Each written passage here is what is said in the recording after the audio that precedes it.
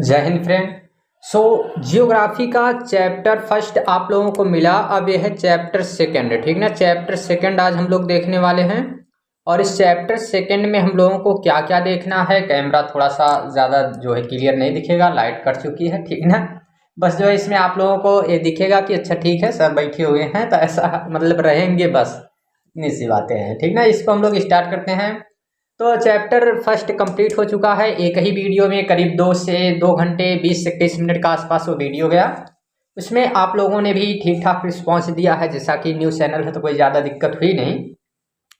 अगर आप लोगों का इसमें ऐसा ही साथ बना रहा तो क्लास रेगुलर चलेगी, ठीक ना। जैसा कि हमने आपसे कहा भी था कि आज क्लास चलने वाली है, तो चलिए ठीक। अब इसमें हम लोगों को देखना क्या है, अभी हम देखने वाले हैं इसमें। अब दूसरा चैप्टर है वन तथा वन्य जीव संसाधन, forest and wild life resource, ठीक ना। यानी कि इसके बारे में आज हमको पढ़ना है। अब ध्यान से समझिएगा, इसमें रटना कम है, केवल समझना है। ये चैप्टर इसका ज़्यादा जो है हम हर एक चैप्टर का प्रैक्टिस भी कराएंगे, मतलब क्वेश्चन पेपर का जो प्रैक्टिस भी कराया जाता है। फर्स्ट चैप्टर का PDF तैयार हो गया है। जैसे ही ये चैप्टर कंप्लीट हो जाते हैं, इसका हम लोग ऑब्जेक्टिव टाइप क्वेश्चन भी जो है इसमें करा दिए जाएंगे, जो आपके लिए इम्पोर्टेंट रहेंगे। इसके बाद प्रीवियस ईयर क्वेश्चन पे हम लोग भी आ जाएंगे, ठीक ना। तो अभी हम लोग देख लेते हैं, स्टार्ट करते हैं इसको। आइए चैप्टर की स्टार्ट। इस समय अब की बार इस चैप्टर में इसलिए हमने लिख के इसको रखा है क्योंकि कुछ लोगों का कहना था कि सर जी ठीक है, बट इस पर थोड़ा सा अगर नोट्स वगैरह बनाना चाहते हैं तो लिखा हुआ उतना विजुअल होता नहीं, तो इसलिए थोड़ा सा लिखा हुआ PDF के रूप में कुछ रखिए जो ज़्यादा इंपॉर्टेंट बातें हैं, तो उसको भी हम यहाँ रख दिए हैं। आइए स्टार्ट करते हैं। सबसे पहले अगर हम बात करें तो भारत में जितने भी वनस्पति जात हैं, ठीक ना, यानी कि इसमें जितने भी वनस्पतियां हैं, ठीक है, जितनी भी वनस्पतियां और प्राणी जात हैं उन्हीं के बारे में हम लोगों को पढ़ना है।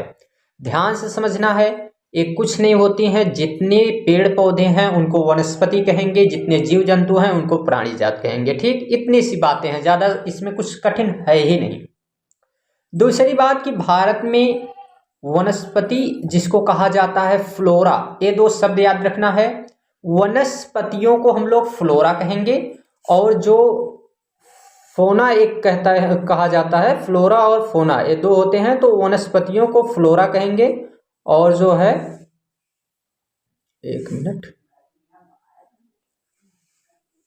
वनस्पतियों को फ्लोरा कहा जाता है, और जितने भी वनस्पतियां हैं उनको फ्लोरा कहेंगे, और जो जितने भी यहाँ प्राणी जात हैं उनको फोना कहा जाता है, ठीक है। इतनी सी बात आपको याद रखना है, वनस्पतियों को फ्लोरा और प्राणी जात को फोना कहा जाता है, ठीक। ये बात आपको याद रखना है।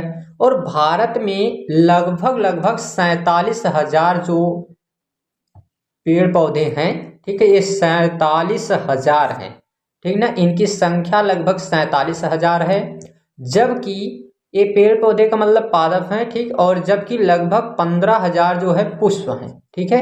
इनमें से अगर हम बात करें तो ये भारत में ये सभी प्रजातियां हैं, लेकिन इसमें से 15,000 प्रजातियां, ये 15,000 जो प्रजातियां हैं ये पुष्प की प्रजातियां हमारे यहाँ स्थानिक हैं। स्थानिक का मतलब हमारे ही देश से ये उत्पन्न हुई हैं, ठीक है, यहीं से उत्पन्न हुई हैं, तो इसको हम लोग क्या नाम देंगे, स्वदेशी कहेंगे, ठीक ना।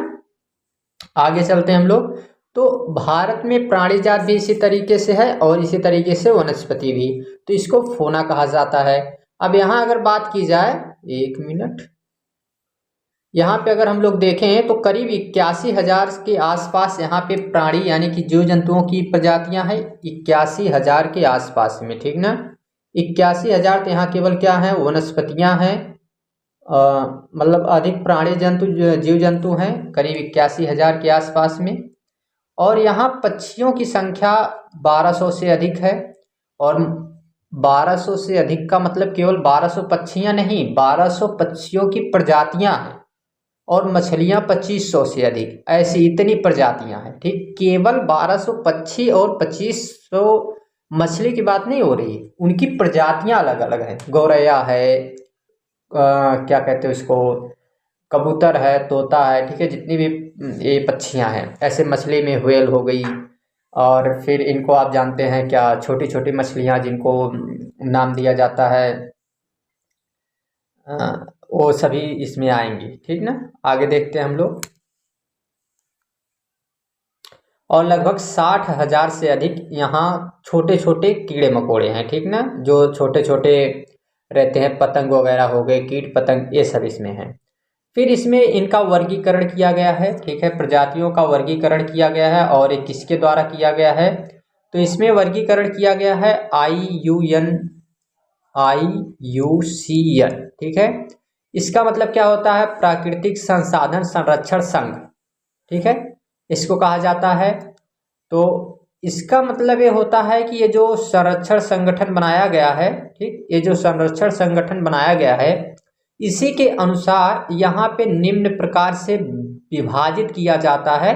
ये प्रजातियों का वर्गीकरण किया जाता है कि कौन कौन सी प्रजातियां हैं, इनको अलग अलग तरीके से विभाजित किया जाता है। कौन संकटग्रस्त रहेगी, कौन आरक्षित रहेगी, इस तरीके से इनको जो है विभाजित किया जाता है। कौन लुप्त हो चुका है, ठीक, ये कौन सुवेद है, ऐसे कई नाम दिए जाते हैं। तो उसके बारे में हम लोग देखते हैं। सबसे पहला है सामान्य जातियां, ठीक है। सामान्य जातियां का क्या मतलब होगा कि ऐसी जातियां जिनकी संख्या जीवित रखने के लिए सामान्य है। मतलब ये सामान्य जातियां किसको कहा जाएगा, जो अभी जीवित रह सकते हैं, ठीक है, उनको सामान्य में रखा गया है। जैसे कोई भी पशु हो गया, ठीक है, अधिकतर पशुएं जो इधर पशुपालन वगैरह किए जाते हैं, साल, चीड़, कृंतक, ये सब, तो इनको रखा जाता है किसमें, सामान्य जातियां में। जबकि जो लुप्त जातियां हैं जिनके समाप्त होने की शंका है, ठीक है, लुप्त जातियां किसे कहते हैं, कि ऐसी जातियां, ठीक है, जो इनके रहने के आवास में खोजे जाने पर नहीं मिलती। मतलब जहां इनके पाए जाने के संकेत हैं, जहां ये रहते थे, इनके जो आवास हैं, अब अगर वहां पे खोज की जाती है तो ये वहां पे नहीं मिलते हैं, ठीक है। तो इसी लिए इनको क्या नाम दिया जाता है, लुप्त प्रजातियां। और लुप्त प्रजातियां हैं कौन कौन, तो इसको याद रखना है, एशियाई चीता। एशियाई चीता जो है अब यहाँ नहीं मिलता है, ठीक। और फिर गुलाबी सिर वाली बत्तख, ठीक है, ये भी जो है गुलाबी सिर वाली बत्तख, ये दोनों भारत में अभी नहीं मिलते हैं। इसी कारण से इन्हें लुप्त जातियों के रूप में रखा गया है, ठीक। आगे देखते हैं सुवेद। सुवेद किसे कहते हैं, सुवेद का मतलब है कि वे जातियां इसमें आएंगी जिनकी संख्या तो पहले थी, ठीक है, और अभी भी है, ठीक ठाक संख्या है, लेकिन इनके किसी ऐसी परिस्थिति आ गई है, विषम परिस्थिति आ गई है, और जिसके कारण से इनकी संख्या कम हो रही है। केवल क्यों कारण हो, ये क्यों ऐसा, क्योंकि विषम परिस्थितियां आ गई हैं, ठीक ना। तो विषम परिस्थितियों के कारण जो ये सुवेद जातियां हैं, ऐसी जातियां, ऐसी प्रजातियां जो विषम परिस्थितियों के कारण केवल इनकी संख्या कम हो रही है, तो उन्हीं को हम रखेंगे सुवेद जातियों में। और अगर इन विषम परिस्थितियों के ऊपर हम लोगों ने काम नहीं किया और इसमें परिवर्तन नहीं किया, तो इनकी संख्या घटती रहेगी, और एक समय ऐसा आएगा ये संकटग्रस्त प्रजातियां में आ जाएंगे, ठीक है। तो एक समय के बाद एक इसमें आ जाएंगे, संकटग्रस्त श्रेणी में आ जाएंगे, संकटग्रस्त जातियों की श्रेणी में शामिल हो जाएंगे। जैसे जैसे नीली भेड़, ठीक है, नीली भेड़ को इसी में रखा जाता है, एशियाई हाथी को इसी में रखा जाता है, ठीक। फिर तो ऐसे जीव जंतुओं को इस कैटेगरी में रखा जाता है सुवेद में। अब आई गए हम लोग संकटग्रस्त पे। तो संकटग्रस्त किसे कहते हैं, इसके बारे में भी देख लेते हैं। तो संकटग्रस्त का मतलब होता है कि ऐसी जातियां जिनकी संख्या या जिनके लुप्त होने का खतरा दिख रहा है, ठीक है, ऐसा लग रहा है कि अब ये समाप्त होने वाली हैं, अब ये समाप्त हो जाएंगी, लेकिन विषम परिस्थितियों के कारण, वही बात है कि विषम परिस्थितियों के कारण इनकी संख्या कम हुई है, और सुवेद में अभी कम होने का चांस है। अगर ऐसी ही विषम परिस्थितियां बनी रही तो उनकी संख्या कम हो जाएगी, ठीक ना। और यदि वो विषम परिस्थितियां जारी रहती है तो ये बिल्कुल समाप्त हो जाएंगे, ठीक है, बिल्कुल ये समाप्त हो जाएंगे, इनको रखना जो है कठिन होगा। तो इसमें कौन कौन से आते हैं संकटग्रस्त में, काला हिरण है, मगरमच्छ है, काला हिरण, मगरमच्छ, और संगाई एक हिरण होता है, कहाँ होता है, पश्चिम बंगाल में, ठीक है, इनको भी याद रखना है। संगाई हिरण भी होता है, वो कहाँ रहेगा, तो इसको रखा जाएगा पश्चिम बंगाल में। ठीक है, ये क्षेत्र आपको इतना याद रखना है। आगे हम लोग बढ़ जाते हैं, मणिपुर में रहता है, सॉरी फॉर दिस। ये संघाई वाला किधर है, ये मणिपुर में है। ठीक है, इसको याद रखना है, मणिपुर में, मणिपुर, ये पश्चिम बंगाल नहीं रहेगा। ठीक, इतनी सी बात आपको इसमें याद रखना है। आगे हम चलते हैं, तो आगे दुर्लभ जातियां। अब दुर्लभ जातियां किसको कहेंगे कि जिनकी संख्या तो बहुत कम है, यानी कि ये संख्या इनकी बहुत कम है, ये जो है इनकी संख्या थोड़ी कम है। इसको हम थोड़ा पीडीएफ इधर रखते हैं, 1 मिनट रुकिएगा। पीडीएफ,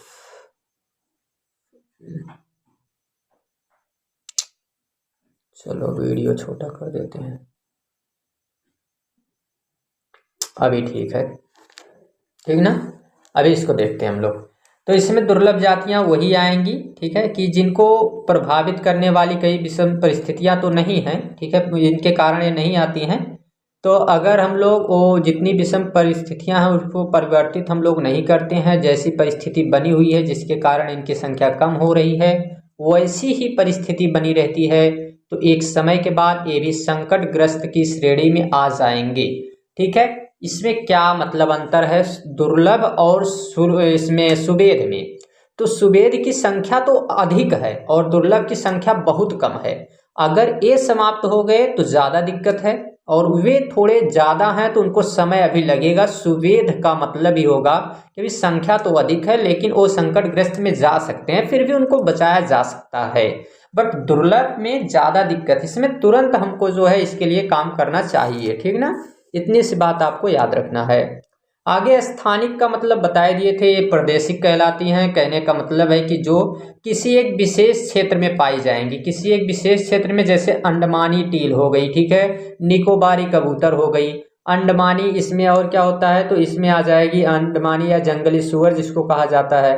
ठीक, ये सभी इसमें आ जाएंगे। अरुणाचल प्रदेश के मिथुन इन जातियों के उदाहरण है, मतलब अरुणाचल प्रदेश में एक मिथुन जनजातीय लोग रहते हैं। ठीक है, और ये जो है इसके उदाहरण है।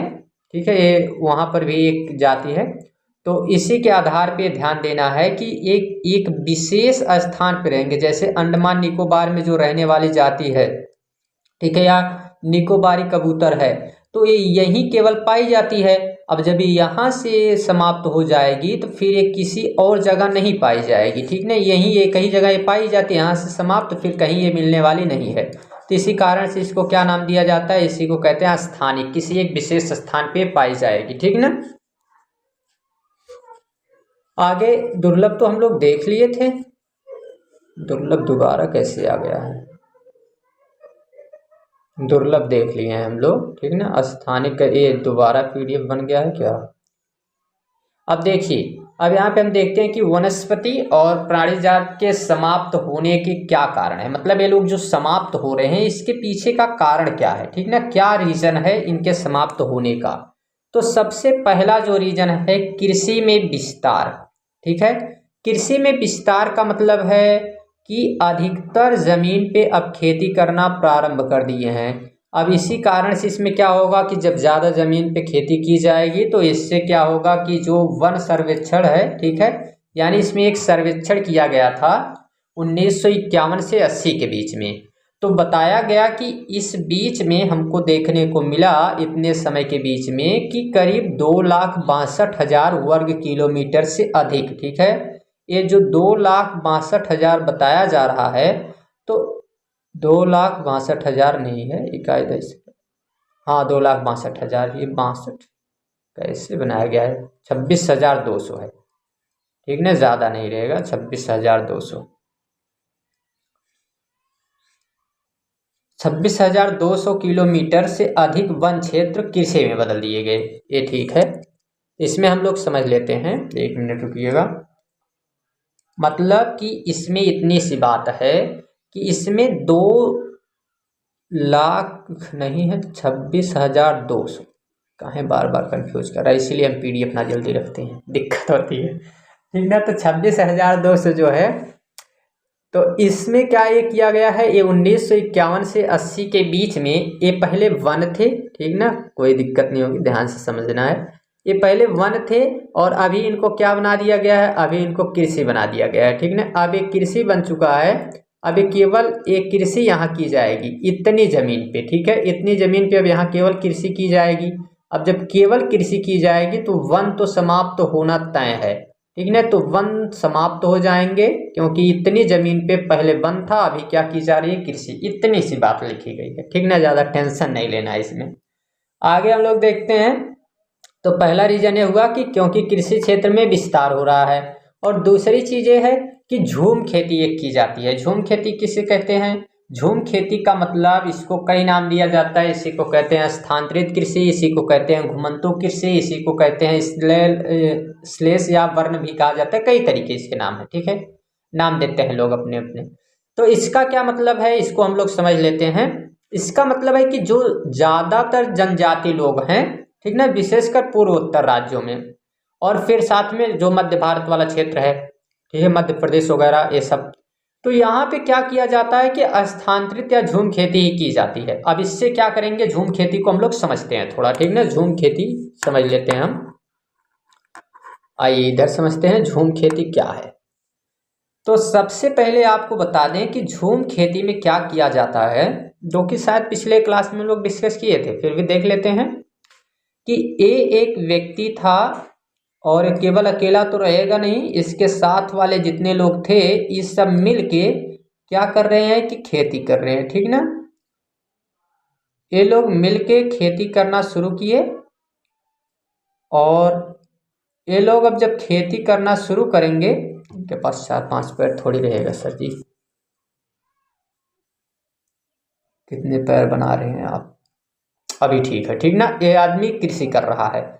अब ये जब खेती करना शुरू किया तो आप देखेंगे ये जनजातीय लोगों की बात हो रही है। तो ऐसे समुदाय में काफ़ी लोग रहते थे, एक साथ काफ़ी लोग रहते थे, और ये लोग क्या करते थे, ये लोग करते थे खेती किसी एक विशेष स्थान पर। अब यहाँ ये लोग खेती किए तो 1 से 2 फसल यहाँ बोएंगे, इसके बाद यहाँ से ये लोग दूसरे स्थान पे जाएंगे, यहाँ पर भी 1 से 2 फसल बोएंगे, और यहाँ से दूसरे स्थान पे जाएंगे। तो एक स्थान से दूसरे स्थान ये आते जाते रहते हैं, और ऐसे ही खेती करते रहते हैं। इससे क्या फ़र्क पड़ने वाला है, इससे यही फ़र्क पड़ता है कि यहाँ आसपास की जितने जंगल हैं, जितने पेड़ पौधे हैं, इन सभी पेड़ पौधों को ये लोग काट देते हैं, ठीक ना। जितने पेड़ पौधे रहेंगे इनको ये लोग काट देंगे, और इसको काटने के बाद क्या करेंगे कि यहाँ पे अब खेती करना शुरू कर देंगे, ठीक। तो आसपास का, इसके आसपास का जितना भी संसाधन है वो संसाधन ये लोग कर देंगे समाप्त, ठीक है। ये आसपास का संसाधन समाप्त कर देंगे, और आसपास का संसाधन ऐसे ही समाप्त करते करते ये पूरे के पूरे अपने जितने भी आसपास के क्षेत्र रहेंगे वहाँ के जंगलों को साफ कर देंगे। अब इससे क्या होगा, इससे ये होगा कि यहाँ जितने भी वनस्पति थी वो समाप्त हो गई, और साथ में जहाँ ये लोग रह रहे हैं आसपास में जो जानवर रहेंगे तो शिकार करेंगे, उनको समाप्त करेंगे, ठीक है। तो ऐसे कई प्रजातियां भी लोग समाप्त कर देंगे। तो इसीलिए झूम कृषि भी इसमें बहुत बड़ा मुख्य योगदान निभाती है, वनस्पतियां और प्राणी जात के समाप्त होने में, ठीक है। तो ये बात आपको याद रखना है कि झूम खेती भी इसमें बहुत बड़ा योगदान निभाती है, जिससे जो है वनों की कटाई ज़्यादा होती है। फिर एक है संवर्धन वृक्षारोपण। इसका क्या मतलब है, इसका मतलब ये है कि केवल व्यवसाय के लिए ये खेती की जाती है। केवल व्यवसाय के लिए इसलिए क्योंकि एक ही प्रकार का, जैसे अब ये सफ़ेदा का पेड़ लगाया जाता है, ठीक है। अब एक ही प्रकार का यानी सफ़ेदा का पेड़ सभी लोग लगा देंगे। एक तरफ से देखिए किसी को, तो जितने भी लोग दिख रहे हैं सब के सब क्या करेंगे कि एक तरफ से जो है सफ़ेदा का पेड़ लगा दिया गया है, सब वही लगा दिए हैं, ठीक है। अब इसको लगा देने से क्या फ़र्क पड़ जाएगा, इससे ये होगा कि जब एक ही प्रकार की प्रजातियों को हम लोग बचा रहे हैं तो उसी को विशेष महत्व देंगे, ठीक है। अब एक ही प्रकार के प्रजातियों को विशेष महत्व दिया जा रहा है, तो इससे बाकी जितनी प्रजातियां हैं उनका समापन हो जाएगा। जब किसी चुनिंदा प्रजातियों को हम लोग ज़्यादा बढ़ावा देंगे तो बाकी प्रजातियां समाप्त हो जाएंगी, और इसी कारण से जो है इसी को नाम दिया जाता है, जो ऐसी खेती की जाती है इनको कहा जाता है संवर्धन वृक्षारोपण। बाकी अच्छा नहीं है, ठीक ना। एक ही प्रकार का हम लोग अब देखेंगे, जो भी सागवन लगाएगा एक जैसा, बस केवल सागवन लगा रहा है, सफ़ेदा लगा दिया सफ़ेदा, आम लगा दिया केवल आम की बाग उसको चाहिए, इस तरीके से थोड़ा अच्छा चीज़ नहीं है। सभी प्रकार के उसमें अगर पेड़ पौधे रहते तो ये जो है हमारे पर्यावरण के लिए अच्छा रहता। सबसे ज़्यादा जरूरी पर्यावरण होता है, ठीक ना। तो इतनी सी बात ये भी जो है इसमें विशेष योगदान निभाता है कि वनस्पतियाँ क्यों समाप्त हो रही हैं। तो इसी के साथ अब हम बात करते हैं और भी कुछ चीज़ें हैं इसके कारण, जैसे कई परियोजनाएं बनाई गई हैं। ये नदी घाटियों पे कई परियोजनाएं बनाई जाती हैं और इससे क्या होता है कि 1952 से लेके आज तक, 1952 से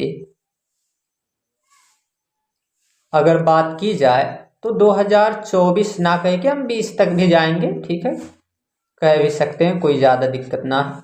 इसी के बीच में करीब 5000, बहुत कम डाटा बता रहा है फिर भी, 5000 किलोमीटर से अधिक वनों का सफाया हो गया है, ठीक है, जबकि इससे ज़्यादा किया गया है। इसलिए ना कि ये बहुत अच्छी बात है कम किया गया है, नहीं, इससे बहुत ज़्यादा हुआ है जिसका डाटा नहीं हमको बताया जाता है।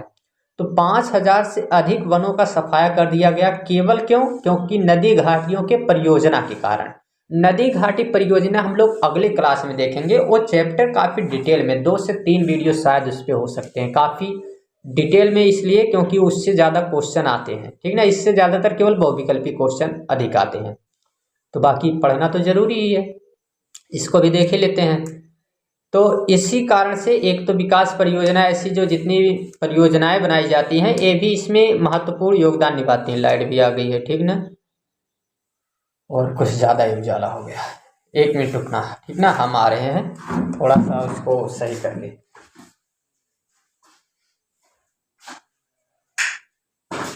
ठीक, अभी कुछ ज़्यादा ही लाइट हो गई थी और ज़्यादा लाइट का होना भी ठीक नहीं है।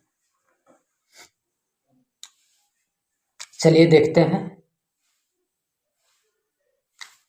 तो अब इसमें फिर एक है खनन, ठीक है, खनन कैसे?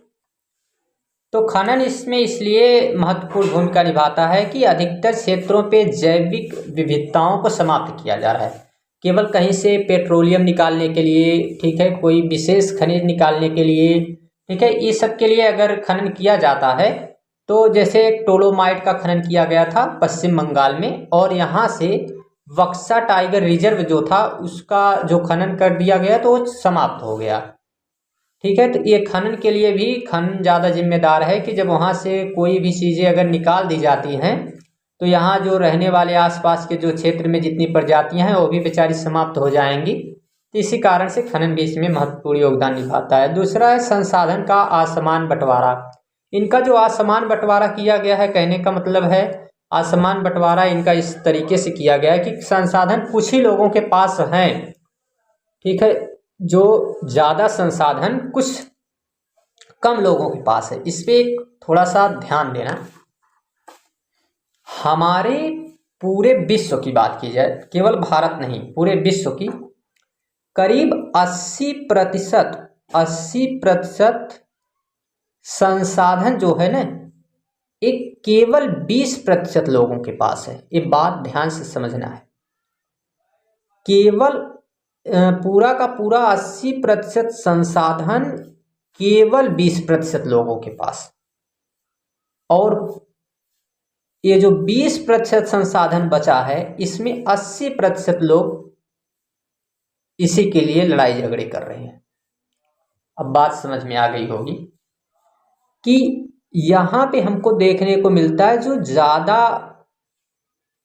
जैसे इसका एग्जाम्पल हम ऐसा लें कि 80 रुपये में 20 लोगों को बांटा गया है, ठीक है, और यहाँ हम ये देखें कि 20 रुपये में 80 लोगों को बांटा गया है, कैसा लगेगा?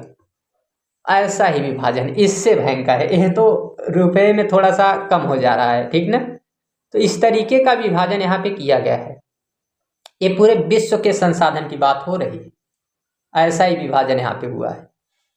और इससे जितने मतलब ये अमीरी गरीबी का जो संसाधन का असमान बंटवारा हुआ है, इससे हुआ क्या कि जो जितने भी यहाँ पे अमीर लोग हैं ये संसाधनों का दोहन करते हैं, उसको समाप्त करते हैं, और इनको पर्यावरण से कोई लेना देना नहीं है। काहे का टेंशन इनको? ये पर्यावरण से कोई इनको लेना देना नहीं, उसको ये कुछ समझते ही नहीं है और उसको नुकसान पहुंचाने में पड़े हुए हैं। ठीक है। तो पर्यावरण में सबसे ज़्यादा नुकसान पहुंचाने में इनका भी योगदान रहता है। ठीक है, ये लोग जो है उसमें लगे हुए हैं पर्यावरण को समाप्त करने में। आगे देखते हैं हम लोग।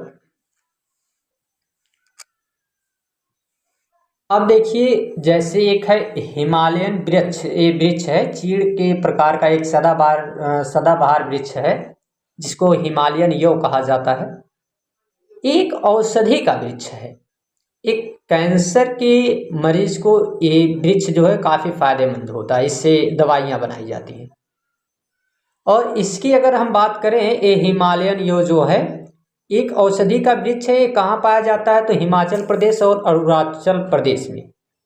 ठीक है, हिमाचल प्रदेश और अरुणाचल प्रदेश में पाया जाता है। कैसे इसका उपयोग किया जाता है? तो इसके पेड़ की छाल, पत्तियां, टहनियाँ और जड़ों से टक्सोल नामक रसायन निकाला जाता है। एक टक्सोल नाम का रसायन निकलता है और इसी रसायन से उस बीमारी के इलाज के लिए जो है एक कैंसर रोगों के उपचार के लिए इसका प्रयोग किया जाता है। ठीक, ये हिमालयन यो को इससे निकलता क्या है? तो टक्सोल नामक रसायन निकाला जाता है।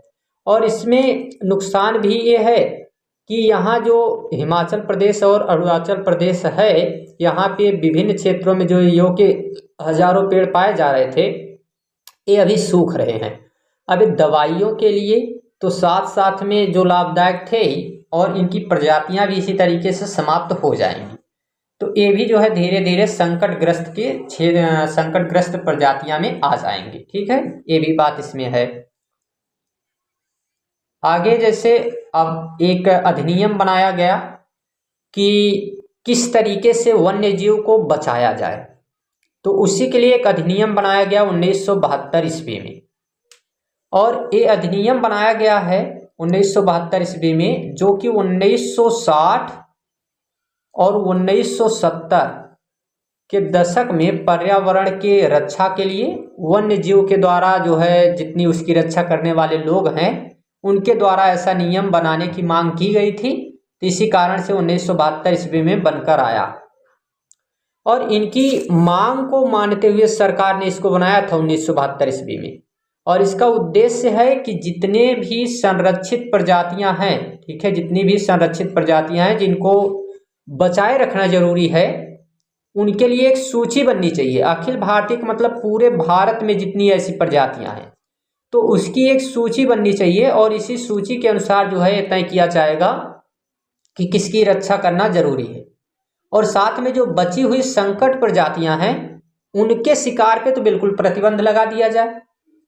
जिसके लफड़े में फंसे हुए थे सलमान खान, बिश्नोई समाज के लोग लॉरेंस बिश्नोई का नाम लेके जो बड़ी बड़ी बातें कर रहे हैं, उसके पीछे का रीजन यही है कि जो संकटग्रस्त प्रजातियां हैं उनका जो है ये अब हिरन है तो हिरन की वो हत्या कर दिए, उसको मार दिए थे इसी कारण से। ठीक ना, तो ये भी जो है इसमें थोड़ा इम्पोर्टेंट है। आगे देखते हैं तो वन्य जीव के व्यापार पर रोक लगाया जाए। पहला तो शिकार पे पाबंदी, दूसरा व्यापार पे रोक लगाया जाए कि इनका व्यापार नहीं किया जाएगा। फिर वन्य जीव के आवास को कानूनी सुरक्षा प्रदान की जाए, जहां रहते हैं उनको कानूनी रूप से उनकी रक्षा की जाए, वहां लोग भेजे जाएं तो इस तरीके से उनकी रक्षा हो सकती है।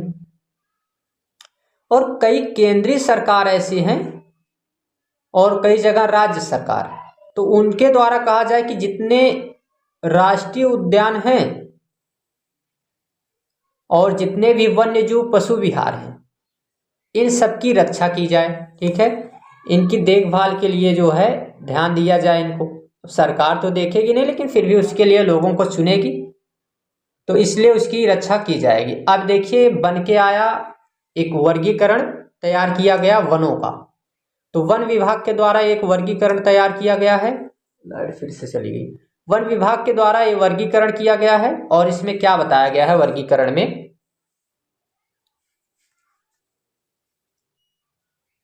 यहां पे बताया गया है इस वर्गीकरण में सबसे पहला है आरक्षित वन। आरक्षित वन किसे कहते हैं? करीब 50% से अधिक, 50% से अधिक हम देखेंगे यहाँ जितने भी वन क्षेत्र हैं उनको आरक्षित वन क्षेत्र घोषित किया गया है। 50% से अधिक वन क्षेत्रों को आरक्षित वन यानी कि जिसकी रक्षा नहीं की जा रही है। आरक्षित वनों को सबसे ज्यादा मूल्यवान माना जाता है। फिर है दूसरा रक्षित वन। रक्षित वन 1/3 हिस्सा रक्षित वन है। पूरे देश में 1/3 हिस्सा मतलब 33.33%। ये क्या है? ये है रक्षित वन। ठीक है, तो इन वनों की बात की जाए तो ये जो है, ये जितने भी वन हैं इन वनों को और नष्ट होने से बचाने के लिए सुरक्षा दी जाए, ऐसा बताया गया है। और अवर्गीकृत वन मतलब ये सभी प्रकार के वन को बंजर भूमि जो सरकार, व्यक्तियों और समुदाय के अधिकार में आती है, इनको अवर्गीकृत रखा गया है। इनका भी बंटवारा नहीं किया गया है, इनको अवर्गीकृत वन कहते हैं। तो इतनी सी बात आपको याद रखना है। तो यहाँ पे ध्यान देना है हमको कि रक्षित वन जो हैं, और रक्षित वनों की अगर बात की जाए तो 50% हैं आरक्षित, 50% से प्लस में है आरक्षित, 33% ये आ जाएंगे रक्षित में, बचे हुए अवर्गीकृत में आ जाएंगे। ठीक, बचे हुए अवर्गीकृत में आ जाएंगे। तो इतनी सी बात इस चैप्टर में आपको याद रखना है। बाकी इसके लिए हम बहुविकल्पी का सेशन लेके आएंगे। इसमें अब जो है आधे घंटे में, इस समय तो काफ़ी कम लगा क्योंकि PDF था, ठीक है, इसलिए थोड़ा कम समय लगा है। बाकी अगले चैप्टर में इतना जल्दी ये समाप्त नहीं होने वाला है, ठीक ना। इसमें जो है कुछ छूटा तो नहीं है उस तरीके का, सारे मतलब टॉपिक के जो PDF बनाए गए थे। बाकी हम लोग इसका जो अगला चैप्टर है जल संसाधन, उसको देखेंगे। तो इस चैप्टर में इतनी सी बात आप लोगों को याद रखना है। आगे हम लोग देखेंगे तो अगले चैप्टर के बारे में। तो तब तक के लिए थैंक्स, टेक केयर, देखते रहिएगा। और चैनल नया है तो बाकी सब आप अपने काम करते रहिएगा, उसको कहने की ज़रूरत ना पड़े। तो थैंक्स।